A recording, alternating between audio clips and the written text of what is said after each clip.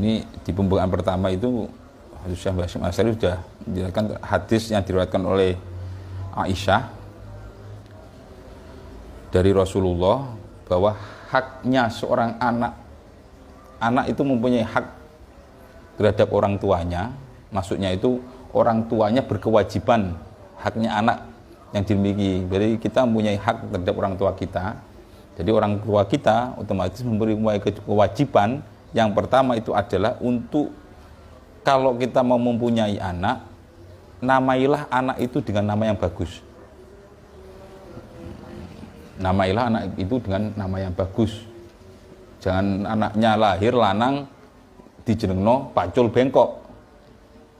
Karena nama itu doa, nama doa. Ojo dijenengno pacul bengkok. Kowi kejet-kejet. Kalau kolam kowi kejet-kejet.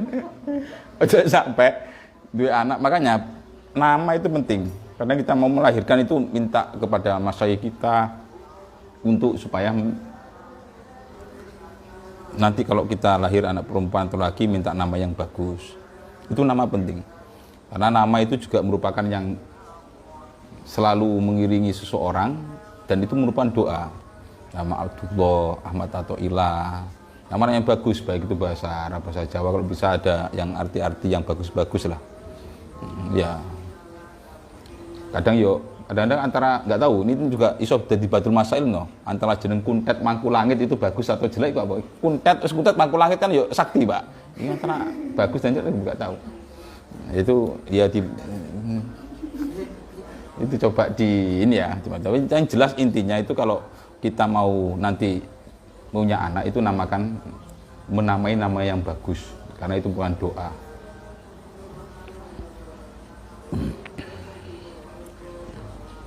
Jangan sampai karena Arab-Araban tapi panggilan dan artinya itu juga tidak bagus. Jadi memang ada beberapa kitab kalau sebenarnya kebingungan untuk ngasih nama, para rawi-rawi hadis itu kan juga bagus-bagus. Abdullah bin Abbas itu kan bagus-bagus, itu bisa jadikan nama kalau bingung-bingung. Kalau mamanya itu ya bisa ke kiai atau ke sesepuh yang mungkin namanya bagus. Yang kedua, dan untuk supaya kewajiban seorang orang tua itu bagi anaknya itu kalau disusui, yang menyusui adalah seorang perempuan yang memang perempuan yang baik. Kalau zaman dahulu itu kebanyakan memang putra putrinya itu disusui, seperti ceritanya seperti Kanjeng Nabi itu kan disusui. Seperti itu dengan mencarilah yang menyusui itu seseorang perempuan yang bagus. Kalau mungkin punya istri ya baru bisa disusui oleh istrinya sendiri. Otomatis urutannya yang istri sendiri, otomatis nanti kalau calon istri cari calon istri yang bagus. Karena yang diminum oleh bayi, baik itu laki-laki atau perempuan, itu salah satunya yang masuk dalam, karena ASI itu juga merupakan bentuk darah, karena masuk dalam diri seorang anak itu hal-hal yang baik atau hal-hal yang buruk. Dan juga makanya setiap kalau kita sudah nanti sudah menikah, kalau punya istri, kalau bisa kalau menyusui juga walaupun remeh itu dibiasakan untuk membaca bismillah. Enggak langsung pas nangis langsung dicowekel, tuwekek tibane wis gak nang susu sing kanan, susu sing kiri. Nah, ini kan kadang-kadang gitu kan. Paling mudah kan nang kiri ini tuh. Duwekel langsung nang kiri. Padahal yang paling bagus itu adalah memulai segala sesuatu dari kanan, dimulai dari kanan, maca bismillah. Hal seperti itu akan mendukung karakter seorang anak-anak kita. Itu ya, makanya waktu hamil itu mendampingi, sebagai suami itu juga mendampingi. Oh, istilahnya no Mas, suami siap siaga apa? Suami siaga, ya. Wis siap, Mas Riko siap di suami siaga. Kalau sing jawab, Mas Riko tok sing jawab iki. Jadi siap jadi suami siaga. Ya, suami siaga itu jadi mulai dari kehamilan itu didampingi, didengarkan hal yang bagus. Itu memang banyak penelitian yang sudah ada, baik itu kalau di yang bukan yang non muslim itu biasanya dengan lagu-lagu yang ya bisa lagu rohani, tapi kalau kita itu ya pakai dengan suara-suara Quran. Dan biasakan waktu selama mengandung itu seorang ibu itu juga hal-hal yang positif, sampai masa dibiasakan itu kan untuk apa, nanti saat menyusui juga positif ya, seperti hal ramai bismillah, saat ngelus-ngelus wetenge yuk bismillah, bapake ngelus-ngelus wetenge ojo manggar ngelus-ngelus saya langsung yuk bismillah dhisik. Saya dicel calon anak Pak, ini digrasake ini gak, ini kudu dilus-lus dhisik. Ya. Itu harus mulai, memang itu paling penting karena itu memang kewajiban seorang orang tua. Ya, calon orang tua itu memang kewajiban ini. Itu hak yang dimiliki oleh anak. Itu hak kalau dimiliki anak. Nah, iki hak anak iki gak dipenuhi oleh orang tua, yo iso-iso ditagih akhirat. Karena iki hak anak. Yang pertama ya jenenge bagus. Lah nek jenenge elek kayak pacul bengkok, terus mau apa? Koi kejet-kejet. Lho arek mari mlaku kejet-kejet krono doane anak kan. Krono iku kan yo terus itu nah akhirat ya akhirnya yo protesi, aku jeneng kula ngeten. Nama itu doa, maka jangan menganggap remeh nama. Nama itu jangan menganggap remeh.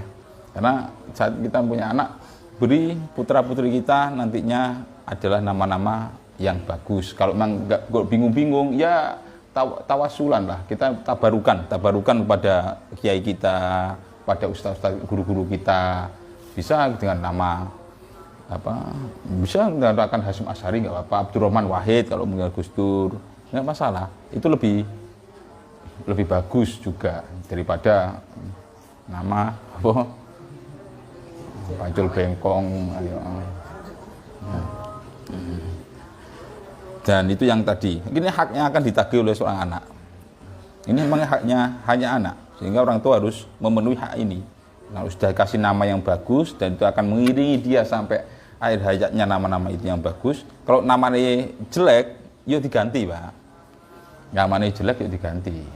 Ya jadi ganti yo kan bisa, kalau dengan ganti pergantian nama dan banyak toh orang setelah haji pulang ganti nama. Kalau tengah-tengah haji orang di selamatan ganti nama. Itu enggak apa-apa, enggak masalah. Karena itu nama akan mengiringi, dan nama itu adalah doa. Setiap kemudian panggilan-panggilan itu doa. Yang kedua, Yusina Murtiahu. Memang zaman dulu, kalau sekarang kebanyakan susu sendiri ya. Disusui sendiri, memang ASI memang banyak kelebihannya. Itu ilmu kedokteran. Sehingga mulai dari proses membuat bidan sampai hamil, sampai pada proses mau melahirkan, dan sampai itu tidak selesai sampai nanti anak itu sampai dewasa. Itu peran orang tua itu sangat besar. Yang terakhir, haknya anak itu dibagi, haknya anak adalah orang tua harus memberi pelajaran adabiah kepada anaknya, akhlak karakter, akhlak adab kepada anaknya. Nek wong tuane gak duwe adab, nek wong tuane gak duwe adab, anake kan sing dimeloki juga wong tuane. Apa maneh saiki zaman internet, zaman HP ngoten ya, HP. Wis lahir mak pecundul, wis iso ngingi nyusoni ambek nyekel HP, Pak. Nah, iki wis nyusoni ero ya. Arek Gen Z ini Gen Z. Kalau kita generasi milenial belum menang, Gen Z itu lahir itu seru teknologi, Pak. Ndak nyalahno piye? Terus mari pas gede anake dijak mlaku-mlaku nang apa? Mlaku nang taman, itu nalun-nalun Jombang, dijak mlaku nalun Jombang, duweke dijaro nang wadah iku bapak ibuke HP-an. Nah, nonton iya bang, anak itu mesti merekam. Jadi hal seperti ini juga sangat berperan.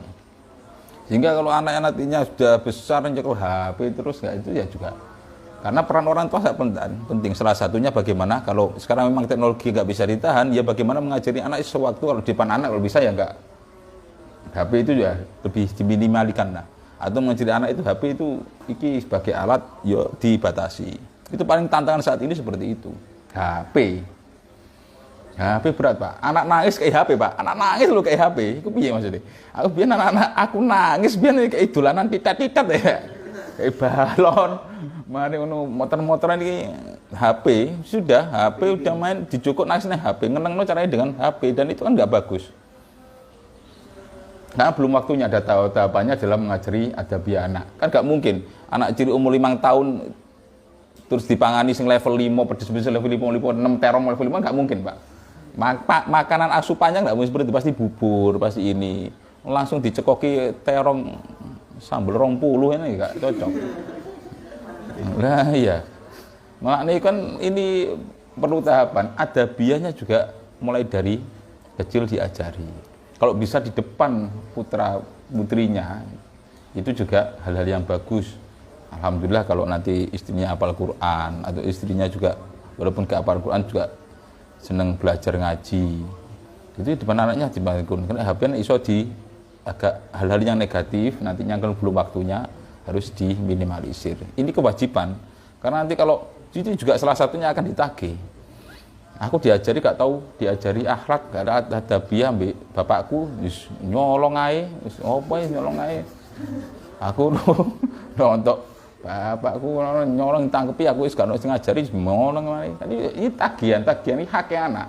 Jadi yang selama ini mulai dari awal dari pembukaan ini Hadrus Syekh Basim Asy'ari menjelaskan hadis yang belum fasal di pembukaan aja sudah menjelaskan terkait dengan hadis yang diriwayatkan oleh Aisyah dari Rasulullah terkait kewajiban, pentingnya kewajiban orang tua untuk memberikan haknya anak.